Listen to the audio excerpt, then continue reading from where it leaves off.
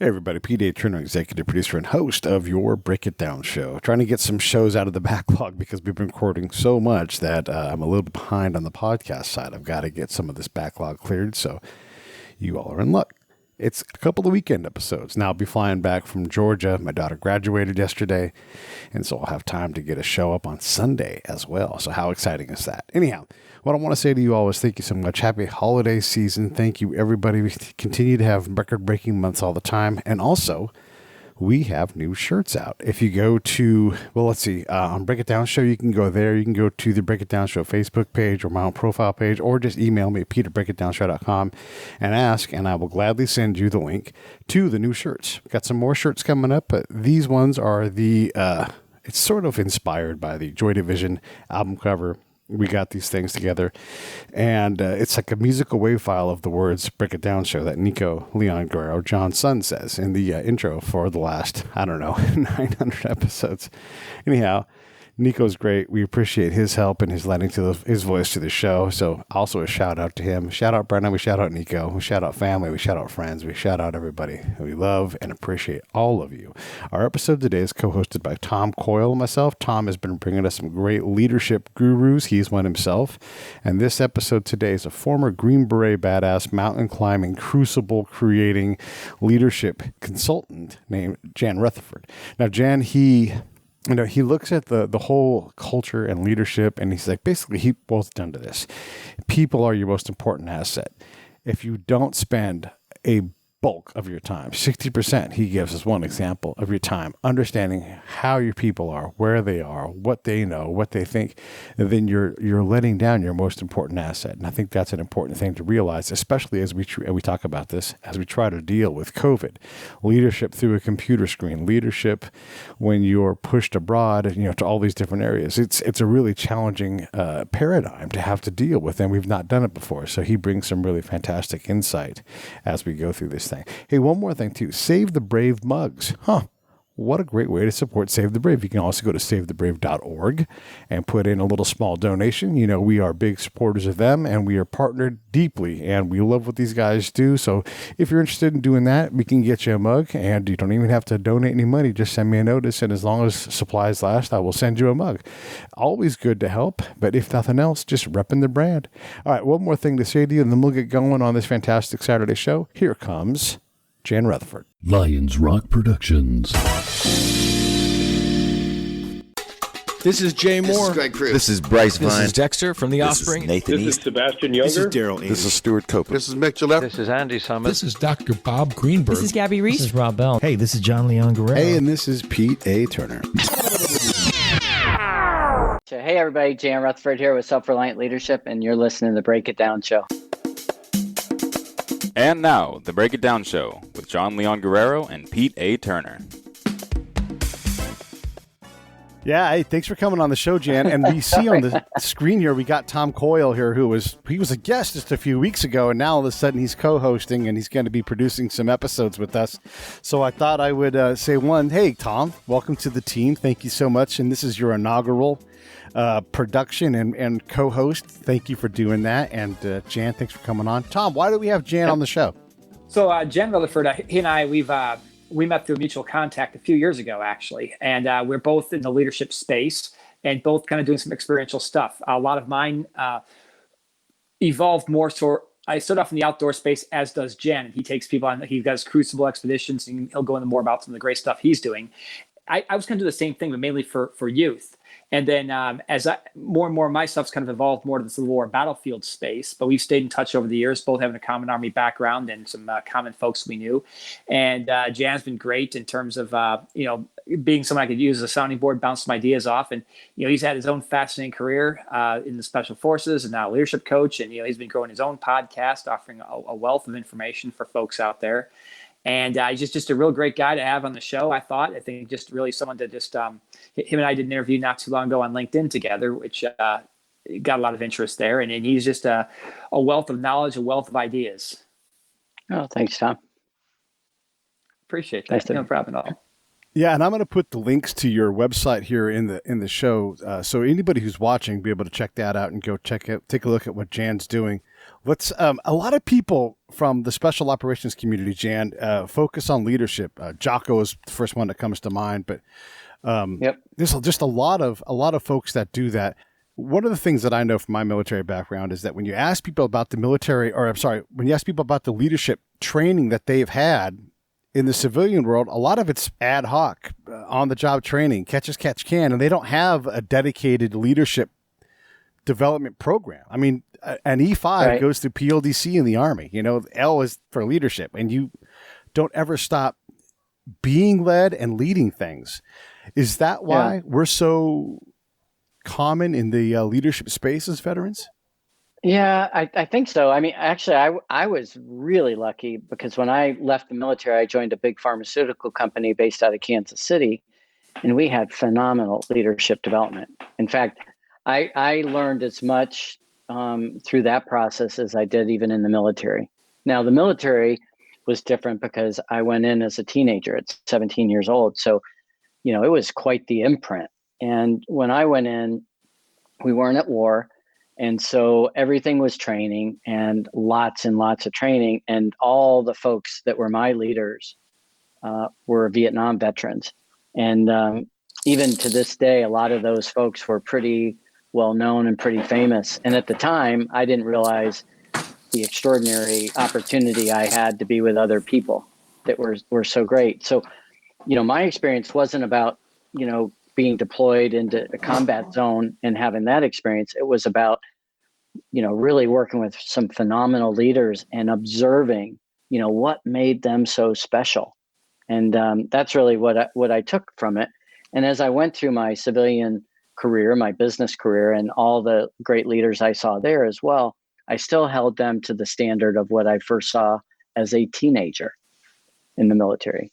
So to follow up on that point, Jan, to get your thoughts on it, like for instance, right now, I think there's been never more opportunities. Well, I've never seen more leadership coaches out there. And so you have all these people that are out there doing this, but I don't think we've ever been worse at leadership. And I'd welcome your thoughts on that.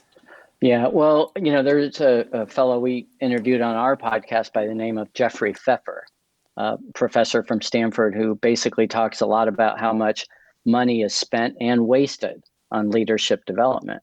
And I think he makes a great point because people don't start with the end in mind. You know, what is the outcome we're trying to seek here? The other thing is back, you know, 30 years ago, there was no such thing as a player coach. You know, the manager was the manager, and the manager's job was to manage and lead and develop people. I remember in this, you know, when I was in a big pharmaceutical company, when I first became a manager, I didn't have any responsibilities other than developing my people. I mean, 4 days a week, I was with my people, working with them, developing, writing follow-up notes, coaching them, counseling, having difficult conversations, helping them get promoted. 1 day a week, I wrote all those letters. I did the follow-up. I did my administrative, my expense report. But 4 days a week, I was with the troops, if you will. And that's largely disappeared because we're trying to be more productive, more efficient. And so, you know, again, this industry that didn't even exist 3 decades ago has blossomed because everybody's out there saying, you know, hey, if I want to be self-reliant, I better hire somebody to help me, to give me, you know, honest, truthful feedback, to help hold me accountable for the things I'm trying to improve and develop. So again, I think it's a great industry if people start with the end in mind. And the last thing I'll say is, you know, oftentimes as a coach, the first question we ask people is, what do you want? And that seems to be the really hard question for people to answer because they haven't really taken a step back and said, well, what the heck do I want out of my life, out of my career, out of this position? What do I need to do to really, you know, make a difference in this world, make a difference in the lives of other people? Because that's what we all want ultimately. One of the things I've noticed from my own time in corporate world and talking to friends and trying to figure these things out, because, you know, I work more on the cultural side when I do corporate work, is letting someone know that why they're valuable and then what's next for them. You know, I sat at a desk at CDW and had an enormous goal that grew every month over my head. And I worked in a government space. So, you know, government doesn't work on it works on it's got its own times when you spend money. And so I always felt like nobody actually cares about me here. There is no plan. And when I brought forward ideas like this is an area where I think I could excel, maybe get off the sales floor and do something else, no one cared about that, right? So we spend a lot. The leadership, from my point of view, and from what I've seen from my friends, is that they're focused on just being in charge of the thing, not of the people. And so the people are like, yeah, you just do your job, and then you're not valued. You become a commodity, and then that commodity will leave. I've got friends who I worked with at CDW that are vice presidents of things now. Why didn't CDW keep them? Why didn't they value them? Yeah. Well, I'll put a question out for the listeners.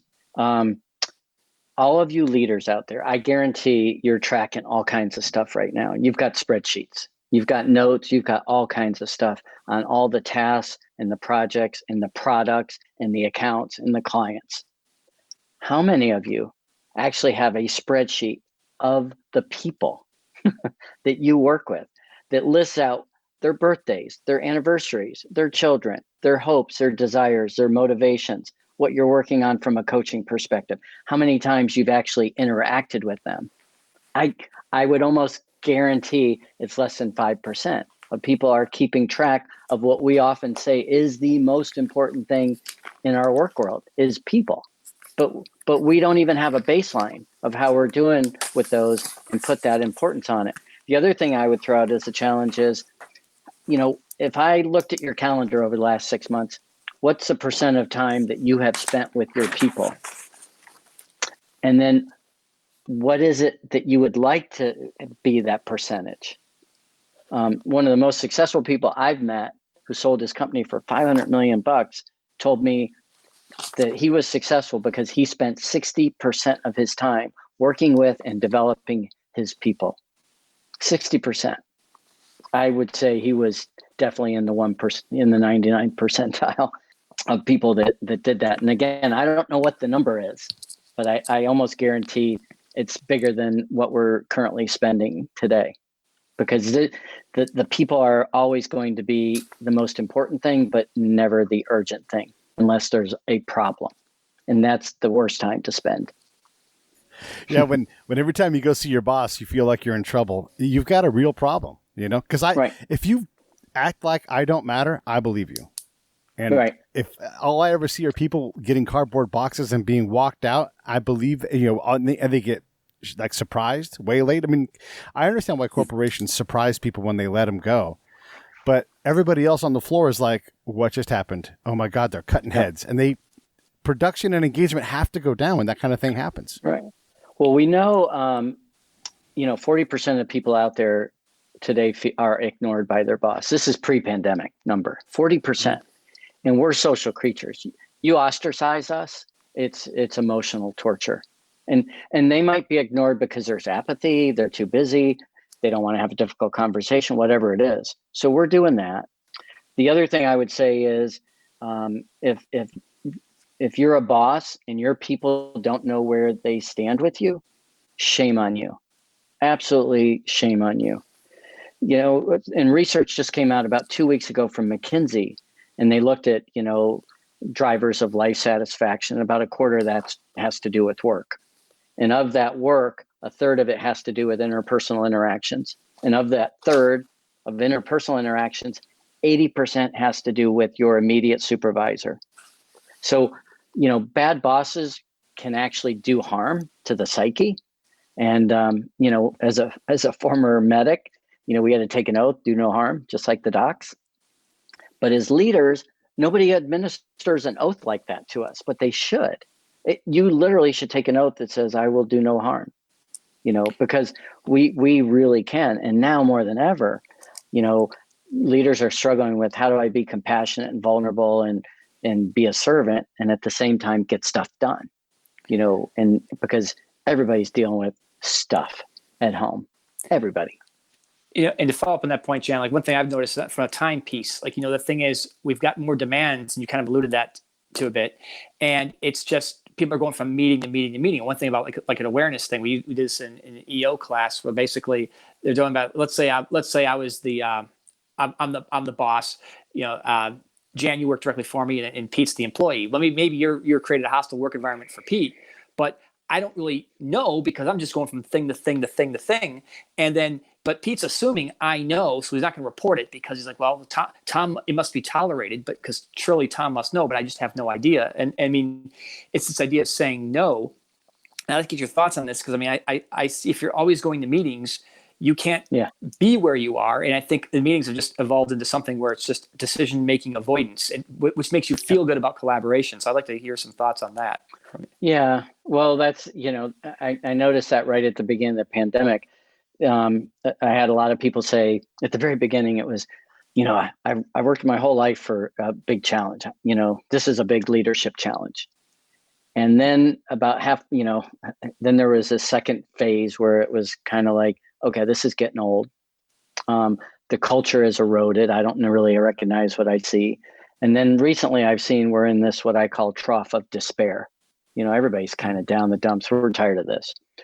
And now we're revisiting the culture and we're saying, typically, what's going on here? And my question always is, well, is the culture by design or is it by default? And part of a big determinant of culture is the way that you run meetings, the way you interact with humans. And most of the time, we don't need, meetings to pass on information, to do status updates and different things like that. We have to really decide, what's the meeting for? Is it to make a decision? And if so, who has the authority? What's the process? What's the criteria to make the decision? If it's we want to motivate people, whatever it is. But what I'm seeing the big mistakes is, one, there's no criteria by which you have these meetings. Like, hey, do you have good lighting, good sound? Are you framed, or are you doing one of these? Have we set the rules and the standards by which we meet? And is there an agenda? Is there a follow-up? Are there minutes? The second thing is, most of the meetings I'm seeing are way too big. A Zoom call with 50 people on is a complete waste of time. I mean, I run a course right now for the University of Colorado, and we've got 12 students. That's about as big as I would want to work with people online in a group. And in a meeting, boy, if you can get the group small, keep the meeting short, be really consistent, I think you're gonna make people a lot more productive. The other thing you said earlier was culture, by default or by design. And I would even go further and look, you're an SF guy. You know how this goes.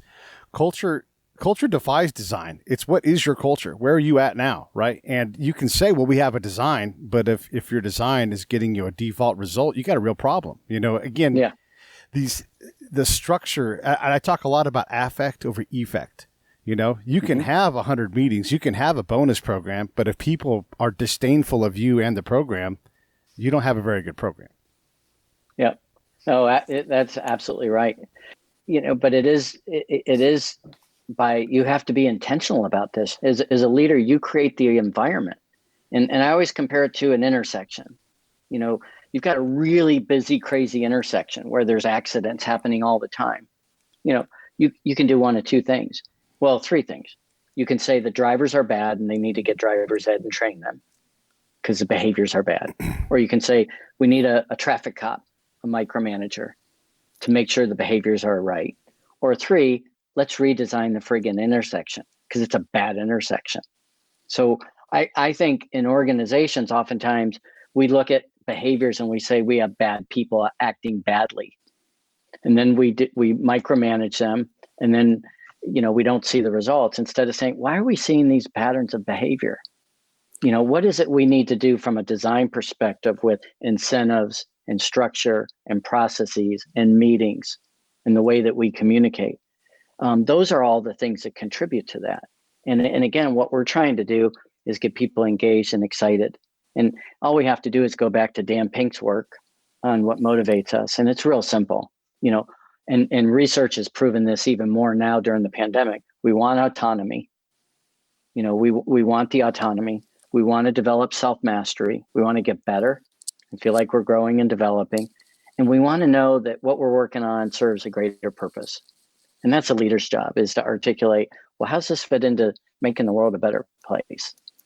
So I was going to look at it from a standpoint of, I think one of it is, you kind of alluded, it just seems to me we're doing so many policies where we cater things to the bottom 20% as opposed to unleashing the most productive people. For example, I remember I had a policy, they had a policy when I was at an organization where they said basically you could work out 3 hours a week on the company time, but it couldn't be the last hour of the day or the first hour of the day. Because if they figured people just use that to leave early or come in late or that kind of thing. Like, well, okay, some people will, but most people are going to use it for what it's intended for. And that's the whole thing about training. That's like, oh, we always have training when someone screws up. Hostile workplace. Okay, leadership trainings. Someone harasses somebody, touches someone inappropriate. Okay, now we're having training. So now it's like, okay, you're already going in there with the blinders on. Like, okay, this. Who screwed up that I have to sit through this today? So what have you seen in that space, and how do you get around that? Well, we had a guest on the show recently who basically said, well, you have to remember rules are sticks, incentives are carrots, and the research has shown over and over those aren't the best things to modulate behavior. As a former SF guy, as a Green Beret, obviously, or maybe not so obviously, we hate rules. I mean, that was the great thing about Special Forces. It was, hey, let's figure out the easy, smart way to do things, not the hard way. Here's what's interesting, Tom. You mentioned the bottom 20%.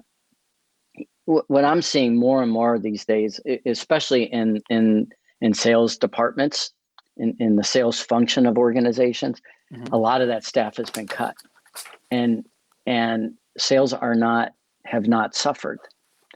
And when we look at that, I mean, it's the greatest place in an organization where you can see that, 20% of the people do 80% of the work, the Pareto principle. But what we haven't done is we still treat every salesperson the same. They have the same incentives, same structure, same process, same rules. Like, why? If you're superstars in any organization are superstars, why don't you pull them aside and say, what else do you need? Because most of them would say, you know what? I want a little team around me to do the crap I don't want to do. And then I can do what I'm really good at more, better, faster. And we don't do that because oftentimes as leaders, we're too insecure. We're afraid because of rules, we're going to get in trouble because we went outside the boundaries, God forbid. But I think that's what organizations need to look at is, hey, your superstars, what do they want and need? And create it around them. And if you got people that have hurt feelings because they're not being treated the same way the superstars are, then tell them to perform like a superstar. Or, you can help them market their resume somewhere else. No, I like that. It reminds me of one of my favorite football quotes from Jimmy Johnson. He had thrown a guy up there who was like a practice squad player, showed up late to a meeting or fell asleep in a meeting, threw him off the team. And he goes, well, what would you have done if that was Troy Aikman? I'd have woken him up. And it obviously treat people fairly, not equally. And you're like, hey, Troy's in there first guy in the morning. He's the last guy to leave. If he's falling asleep, he's just tired. Yeah. Oh, that's funny. I hadn't heard that.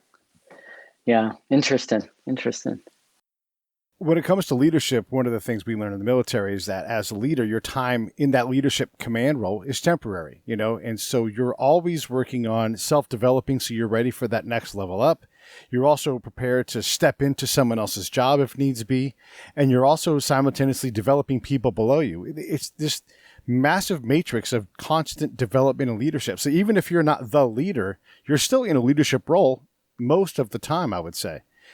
Do companies get that aspect and like the vertical needs of a leader? Like if I'm mentoring you as my section leader, I should be able to go down to the people that you're leading and say, hey, what's next for you? What's on your plan? And if I can't find that, now I know I've got a leadership problem that I'm not dealing with. I've got a manager who's not communicating with my people. And if I value them, even if they are sleepers, hey, why are you falling asleep in this meeting? I've got 3 jobs. I don't get paid enough. Let's work on that. Maybe your job is maybe you should go somewhere else, but let's help that person and consider them valuable. Because what's more valuable than someone willing to come and do 8 hours of work and be away from their family and drive an hour each day? If we don't value them, then we're going to have problems. Well, yeah, you bring up a great point about all these different aspects. And, I'm reminded that the skip level interview really sounds good in theory, that you're going to not only your direct report, but they're the people that report to them. Right. And it sounds good in theory, but what it does oftentimes is it can undermine, that layer of management. They can be threatened by it. I remember as a CEO, I'd go down and I'd talk to people and I thought I was doing the right thing. And my team hated it because then I'd come into staff meetings, go, well, I heard this, I heard that, we need to do this, we need to do that. And so it's kind of a tightrope that you walk. But where I find that the real challenge amongst all these layers is when we really get down to it is, and say the art of leadership is, on one hand, we're trying to get stuff done. We're trying to deliver results. We're trying to win. And on the other hand, we're trying to do this in a way that people are following us willingly, with their heart and their soul and their hands. And I mean, that's a tight rope, because on one side, if we're all task and not compassionate, we're not going to have hearts and souls. If we're way over here on empathy, people aren't going to get stuff done. And so, I mean, that's what we've got to constantly look at. And I always think of a balance board. If you've ever sprained an ankle and had to work on a balance board, there's no such thing as keeping that balance board perfect. Eventually you're going to go to one side and eventually you're going to go to the other. And I think that's, as leaders, as we get older and more experienced, we understand the nuance that, I'm never going to be I'm perfectly balanced. I've got to figure out when to be on one side, when to be on the other, and when do I ease up. And I tie that into what I call pace, because the direction for most of us is set. We got to get from A to B. We got to hit this number. That's not up for debate. But how quickly we get there, is up to us as leaders. Just like if we're going up to the top of a mountain, we can't go as fast as the fastest guy. We got to go as slow as the slowest person. And we've got to take more breaks. We've got to measure it. We got to let people drink and have food and different things. And I think that's what we've got to keep in mind during this pandemic is, we've got to figure out a pace that works for the entire team. And so we've got to really use these. No, this is right. And there are so many variables in the COVID time. Like there's all these stories on LinkedIn about people getting mad at someone because their wireless jumped a little bit. And we put a lot of things on the person on the other side of the screen. Turns out you don't know where the problem is. Could be your problem, could be their problem. And really, it's out of our hands. Like everybody's on the internet. It's going to be questionable sometimes. And so as soon as we start putting that on somebody else, that should be us thinking about our balancing board and like, hey, I've got to focus on doing the best that I can do right here. And I wanted to take your example and go further. I wrecked my ankle in Iraq one time, and the doctor gave me therapy, and he's like, do with your toes, make the shape of every letter in the alphabet and do that during meetings. And, it was horrible. It hurt so bad, but I had to do it. Like that's where the work was. And where the work usually is for us, it's not comfortable.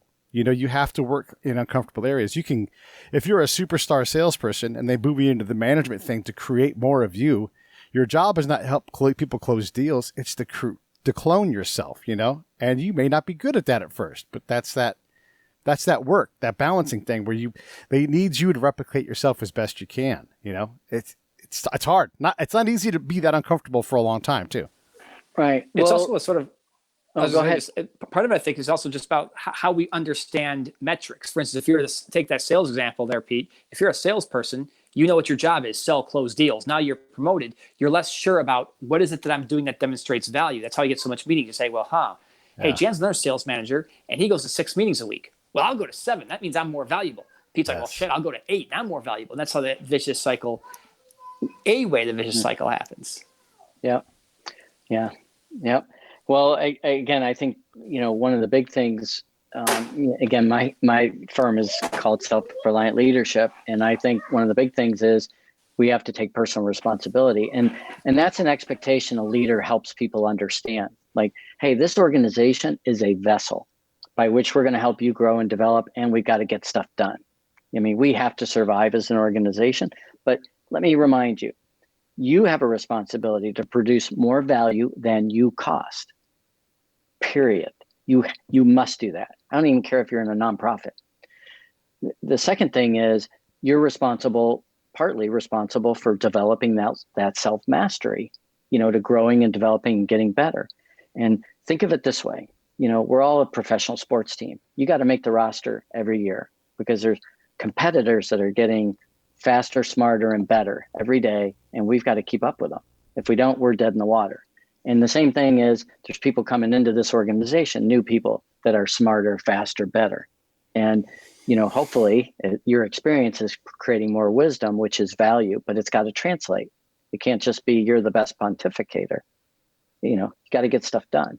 And again, if our people don't understand that and they're not behaving the right way, then shame on us for not outlining those expectations. Shame on us for not upholding the standards and providing consequences. And shame on us for not having difficult conversations and having the courage to have those. This episode of the Break It Down Show is brought to you by Lions Rock Productions. That's us. We publish, evaluate, and develop podcasts just like this one, consult others to build their own, and create associated content and content marketing strategies. So if you're launching or expanding your social media presence, your business or your personal brand, or if you just want to take your media presence to the next level, reach out to us on Twitter at Pete A. Turner or at JohnLG69 at the Break It Down Show. There's 1,000 ways to get a hold of us.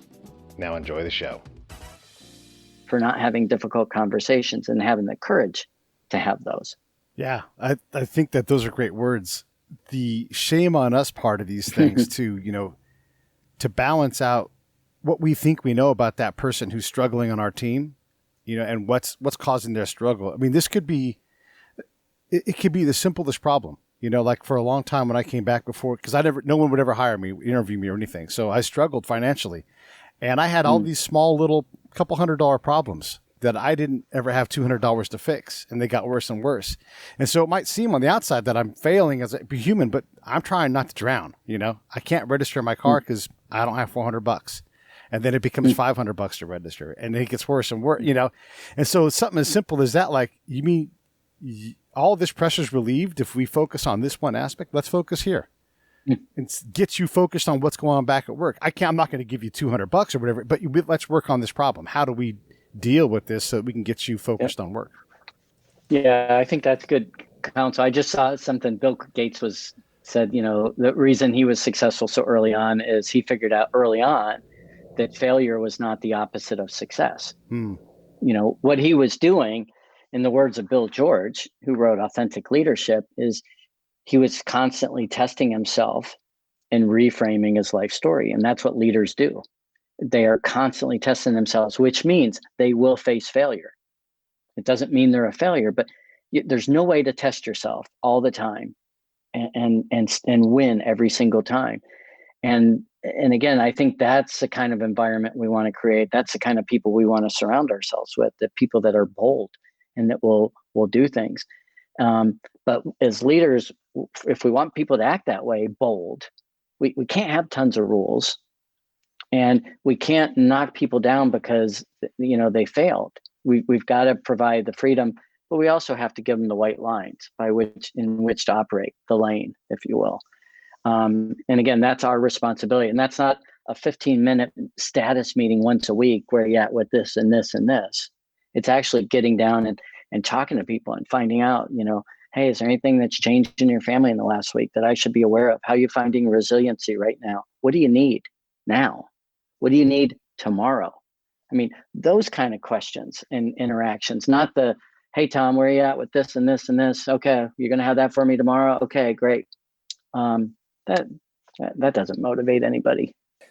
And I'm going to use an example here, by the way, because I've had to mute myself as my kids just got back. They're at their grandparents' house. And so obviously we're all kind of dealing with this here and these types of things. And, creating the environment where you can actually encourage and say, hey, you know what? Hey, I got my junior executives here. So they might hear some noise in the background and feel being cool with that. And kind of talking about this whole reinvent thing is, and I apologize, I just lost my train of thought because I got that. Well, Tom, I got to tell you, I'm actually jealous because my wife and I were talking at lunch today, and she was like, "Do you realize our youngest is about to turn 31?" Wow. Yeah, and I'm like, oh yeah. That seems like a long time ago, though, that we had a crazy house like that. We miss it. Well, this is how, I mean, Alex, you get your thoughts on leaders and technology. I think we're misusing technology because these status updates you're talking about, like what I do when I got my teams, you get a Google spreadsheet. Hey, just update the spreadsheet with the latest status with that. That's how I get that. So in theory, these tools should be freeing me up to have the conversation that you're talking about, because I can create a shared document, shared stuff, and you get Microsoft Teams, which, for example, if you're using Microsoft, or the G Suite tools, if you're on Google, and create all the update stuff is in there that you can look at any moment you want to. That way you can focus the conversations on the things you're talking about. And I don't know if your experience with that, or just some thoughts on that. Yeah, well, it reminds me, 30 years ago, we thought we were all going to be working a 4-hour work week. All this stuff was supposed to make us so, efficient. And again, it's our fault. I mean, we have no one to blame but ourselves. And it gets back to, there's so many books out there right now. Ryan Holiday's Stillness is the Key. Greg McKeown, Essentialism, The Disciplined Pursuit of Less. When I take people on my Crucible expeditions, the key phrase is always, well, you've got to slow down to speed up. Yep. We do this to ourselves. As Dwight Eisenhower would say, the urgent, important things will fill up your calendar. You don't have to worry about that one bit. The things that are super important and not urgent, the only way you're ever going to get those done is to schedule them. And that goes to the people and the development of people on your team. That will never be urgent. But you've got to put it on the calendar, and you've got to make it sacred. This is sacred. The time that I spend with my team. I mean, like, I almost want to go, show of hands. How many of you had bosses cancel meeting after meeting after meeting? And what's that say to you? I'm not very important. Right. Because they they blow it off. Like, you report to me, again, every day with the relationships we have with humans, we're either making deposits or we're making withdrawals. And every time you cancel a meeting at the last minute, you're making a big withdrawal on loyalty and respect, and even their dignity. And those are small wins that are fairly simple to stack up. In the opportunities when I've had to lead folks, one of the first questions I always ask someone, especially if it's we're going at it, it's pretty hard. Hey, how you holding up? Just in general, like, no, really. How you doing? Like, give me an update. Right. Here's how I'm doing. It's hot out here. I'm tired. We've been walking around for 6 hours on this damn patrol. How are you doing? Like, oh man, this backpack's a little heavy. Well, shit, give it to me for a few minutes. We'll walk around. We'll take a break. I'll carry that water. Whatever it is, because if you don't check in, right, you are your most valuable thing. I used to always say all the time, you guys appreciate this. I'm taking a nap, and someone would say, "Oh, we have this thing to work on." I'm like, "There's going to be war going on when I wake up." Like I need to rest right now. I'm getting lethargic. Even if I'm still working, I'm working at 20% capacity. I need a break. But you had the advantage, again, in the field on an expedition or at war, you can actually see people. You can look at them and know, I've got to take something off, wait, or I've got to help them or whatever. But here, whether we're in virtual, in a real office and people are in their cubes, or we're virtual, it's really hard to know, is somebody keeping up? I mean, do they have too much weight, too little weight, carrying their load, not carrying it? What do they need? Well, again, I go back and I say, as leaders, we have to see the unseen, hear the unheard. And the only way to know what's in people's hearts and pains unexpressed and complaints not spoken is to take the time. When I coach people as an executive coach, sometimes it might take 90 minutes before we actually get to the thing. Because it's not really apparent. It's not that they're hiding something. As a coach, a leader, you're helping people self-discover things. And it means you're taking the time to ask questions because you care and you're listening and you're not rushed. And, I've had plenty of bosses back in the olden days that would take a half-hour meeting and stretch it out to 3 hours just because they knew we needed to work through some stuff. And that 3-hour investment, some of those investments that they made back then, I still remember to this day. I mean, it was worth a semester. It was like same equivalent of a MBA course, a whole semester, and because somebody gave everything that they had to you for 3 hours. Let's talk That's about powerful. Yeah, it is. Powerful. Let's talk about self-resilient leadership in a company that is failing because it's COVID time. I mean, I would say a number greater than 20% of companies are like, we may not still make it out of this thing. If there's a third big wave, we're done. So how do you lead when you have to have, I mean, it's a very challenging situation where you may not be getting the support, the money that you maybe had before to do things, you know. How do you do that? How do you stay resilient and yet still perform? Yeah. Well, it's a key question these days. It's, you know, people are asking all about resilience, and, you know, there's a lot of definitions out there, but what I think resilience is a decision. You know, you've been knocked down, you've been set back, you know, are you gonna get back up? Yes or no? I mean, it requires a little bit of self-discipline, a little bit of sacrifice. Now, I think the word really, as a leader, that I want to focus on is grit, because that's sustained persistence and determination. I can foster that. I can develop that in people. I can help them work through it. But as far as a decision, that resilience, whether, you know, are you going to be down or are you going to get up, you know, emotionally, mentally, physically, that's up to you. I mean, hopefully I create an environment where, you know, you've realized, hey, I've been knocked down. All right, what did I learn?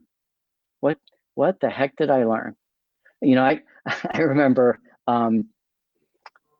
breaking my kneecap mountain biking in the Rocky Mountains, and my buddies were behind me, probably about 10 minutes, and I broke it down on this trail, and nobody was near me. And after I yelled 3 times at the top of my lungs, because I literally had a piece of knee in one spot and a piece of knee in the other. I remember thinking, the first thought was, what are the logistics? You know, there's 3 bikes. I can't ride this anymore. Like, how, and they're going to have to help carry me down. Like, what are the car, the hospital, all that. And then almost immediately after I figured out the logistics, I went, what am I supposed to learn from this? And I knew it instantly. And it was, you're going to have to learn to be patient. The thing you're terrible at. You know, you are not patient, and you are a terrible patient. And you're going to have to be relying on other people for a long time as you heal. And, you know, I think this pandemic has given us an opportunity for all of us to go, you know, where are the parts where I'm feeling sorry for myself? What do you know, I've got to get back up. I mean, the times I felt sorry for myself during this is like, what do I have to feel sorry for? I've been inconvenienced. I don't have little kids that I'm trying to school. I mean, you know, we have it there. I mean, I automatically go from feeling sorry for myself or, you know, facing these difficulties to over to the other side and thinking, what are all the things I have to be grateful for? And what am I supposed to learn from this? And also, by the way, like, hey, if I don't pick myself up, who's going to do it for me? Nobody. You know, nobody. No, that's true. You always have a choice. I'm glad you kind of mentioned that. And, you know, we chatted a few times during the pandemic itself. And like for me, I had all my Civil War staff rides I typically do and booked that went out the window. And then, you know, well, what else do I know? And that's sort of, you know, me, I found a sort of another niche speaking about AI and educating leaders about that. But it's just like, you know, all these things about, okay, what can I do? And, you know, our discussions certainly help me with that. You know, just like, what can you do? You can't control everything, but what can you do? Right. I want to go back sort of this thing about just people and development. And, you know, a sergeant major said to me, my first sergeant major I had in the Army, he said to me, you know, he said, sir, let me tell you what, nobody comes in the Army and says, how do I screw up today? That no one comes in there. And yet that's how we treat people. And kind of welcome your thoughts on that. Yeah. You just made me think back to all the sergeant majors that I had. But I remember a lot of them, for whatever reason, when I was in, a lot of them wanted to memorize everybody's first name. Yeah. And they thought if I knew everybody's first name, I would be, you know, more personable with people. Maybe that was just where I was at. but they were trying to be like almost like a union boss, like your friend, and trying to help you out.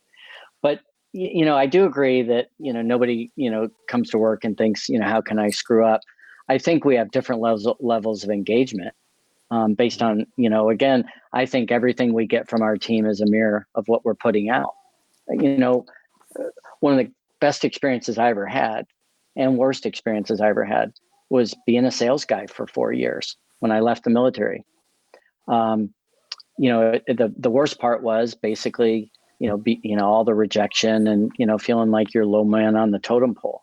But the best thing was you really learned how to influence people. And it was really interesting because the good days were great and the bad days were terrible.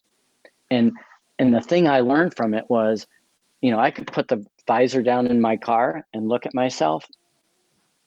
And, I was getting from my customers and my prospects what I was putting out. If I was putting out good vibes, I got good vibes. If I was having a crappy day, I got treated crappy. And it was almost like on the bad days, I should just go home, and regroup and go for a run or something. On the good days, I should just make 10 more calls because they're just going to be awesome. And what I learned over the years is that leadership is exactly the same, because leadership is influence, sales is influence. And what we put out there is what we get back. So oftentimes when people complain about their team, I'm like, well, okay, who's ultimately accountable and responsible for the behavior of those folks? Mm-hmm. Do they understand the expectations? Where do you share in the responsibility for this? Again, have there been consequences for this? Is this an opportunity to develop people? Again, a lot of that stuff gets put off. Well, it's Columbus Day. I'm not going to bother anybody today. Indigenous People Day. I'll wait till Thursday. Oh, tomorrow's Friday. Yeah, I'll wait till Monday. Oh, one of their kids is sick. I'm not gonna bother them. 3 months go by. It's like, it's not that important. Then you decide to ding them in the performance review. Like, I read a book not so long ago, Eat That Frog. I don't remember the author, but the idea is you're going to have to eat the frog anyway. Just get it over with and do it. Yep. I was wondering, we've kind of talked about what you're doing, but I'd love you to just kind of go in there and tell listeners about your Crucible. Like I think it's a very awesome event there. And if you can just go in a little bit about what that entails. Yeah. Well, from my Army days, what was cool about it was when you both know this, when you go out in the field and people are cold, wet, tired, and hungry, you see their true character like that. And in the business world, sometimes you wouldn't see true character for a couple of years until there was a really big crisis or something happened. So I always thought, boy, if I could do leadership development out in the field, that would be cool. So I started doing that. And at the same time, I was getting a lot of inquiries from, veterans who are struggling. And I thought, why don't I just combine the veterans and the executives? The executives need a digital detox. And I'm going to make them uncomfortable in an environment they're not used to. And I'll pair them up with a veteran who is comfortable in the environment, but moving into a world they don't know, the business world. They don't know the vocabulary. I'll put them together and maybe magic will happen. The veteran will talk about leadership and teamwork in life or death situations. The executive will talk about what it means to actually create more value than you cost and to produce revenue. As the that's the infantry in the business world, or the naval aviator in the Navy or whatever. It's the ultimate. You've got to be able to make it rain. So we started running these expeditions from Patagonia to Alaska, Utah, Colorado, Oregon. Next year we're going to be in New Mexico near Santa Fe, and we usually have a dozen folks out there. And almost every time we videotaped it and created courses and documentaries. And like I said before, the big takeaway always is you've got to slow down to speed up. And we talk a lot about communication, decision-making, pace, responsibility, creating a great environment, and what it means to be vulnerable. And the reason it works is because when you put a bunch of strangers together, they have nothing to prove, promote, or protect, unlike in the business world where everybody has something to prove, protect, and promote. You strip those things away, you get who people are. One of the things I like to ask people when I do things about culture or just in general, these self-assessment type things that we suck at doing, if who here in this room is below average as a leader, go ahead and raise your hand. And nobody raises their hand. And the point is not to determine who's a bad leader or not. The point is just to say, look around. Some of us are not being honest with ourselves. And you probably can't see it. Same thing with culture, same thing with, I use that same thing with interpreters, with military operators. Like, hey, who here is terrible at working with an interpreter? Go ahead and raise your hand, and then keep your hand up if you ever receive training on working an interpreter at the professional level. And all the hands go down because there is no training. So when you think about these things where you bring in a preconceived notion into an area, like you said, it's perfect, Jan. It's like, slow down. So I'm going to go have this encounter with this person. And people are the most valuable asset here. It's a good chance that I've missed something that I should have done. It's a good chance that there's something that I haven't considered about this person. Even if they're an absolute piece of trash, I can always get mad at them. You can always break out the hammer and start hammering. But if what you really need is that magnet to extend out and go pick that one screw out, that's what you need to start with. And that's what I've learned as a leader, is just to slow down and go, okay, I'm mad at this. I'm aggravated. Let me go talk to this person and be not aggravated for as long as possible and see what else is there, and then let them give me something to work with, and then I can adjust to that. And then if they're still a piece of shit, then you just deal with it then. Yeah. Well, you remind me of, the Johari Window. I don't know if either of you have ever heard of it. It's basically a matrix, and and it's, I know what I know. I know what I don't know. I don't know what I don't know. And the whole idea is, for you to figure out, your blind spots, you've got to ask people. And for people to understand you better, you have to tell people. And and for if there's a blind spot for you and the other people, then you've got to do some collaboration with them. But in either case, there's got to be some vulnerability, and you've got to be willing to ask for feedback, and you've got to be willing to tell people and disclose things. But again, that's up to the leader to create an environment where that's, safe to do. And again, when we do that, we're getting closer to the point where, when we do need to have good, healthy conflict and difficult conversation, we can have it, because there's already been a certain degree of disclosure and awareness. I've worked my heart out, right? I'm Mr. Manager guy. I've worked my heart out to be a good manager. I've read Jocko's book. I've been to your website, listened to the podcast. But how do I self-assess? How do I know if I'm doing a good job? What are my KPIs? Boy, that's a great question. The best thing, from a leadership perspective, if you do this, Pete, if you do this and you turn around, if people are following you, that's a good sign. And in the work world, that translates to retention. We all know people join companies and they quit bosses. What's your retention rate? And let's say you're not in a traditional company. Are people signing up to, for your services? Do they value what you're doing? Are people following and staying with you and being loyal? And, do you find people around you supporting you? To me, that's the best indication of whether you're doing that right. And again, the other part is, if you've got enough people around you that'll, be truth tellers, that'll help you and give you feedback and let you know. And again, you've got to ask people for that. And when they give you feedback, there's only two words you can utter when you get feedback, and that is thank you. If you start defending it, explaining it, you're done. They're never going to give you feedback, because it's like, God, that's painful. But if Pete asked me for feedback and I went, Pete, hey, stay closer to the mic, and you go, okay, thank you, then that would be great. If you start to go, well, I was doing this, and I'm like, okay, I'm not going to bother. And by the way, you don't need to stay closer to the mic. Yeah. You're fine. Yeah, no, I appreciate it. And I know we're coming up on the time when we got to let you go. Do you have another question, Tom, at all? No, I'm good. Just Jim, thank you for coming in. In fact, every time I talk to you, I'm taking notes, and I always learn something from you. So I hope the listeners have learned a few things here.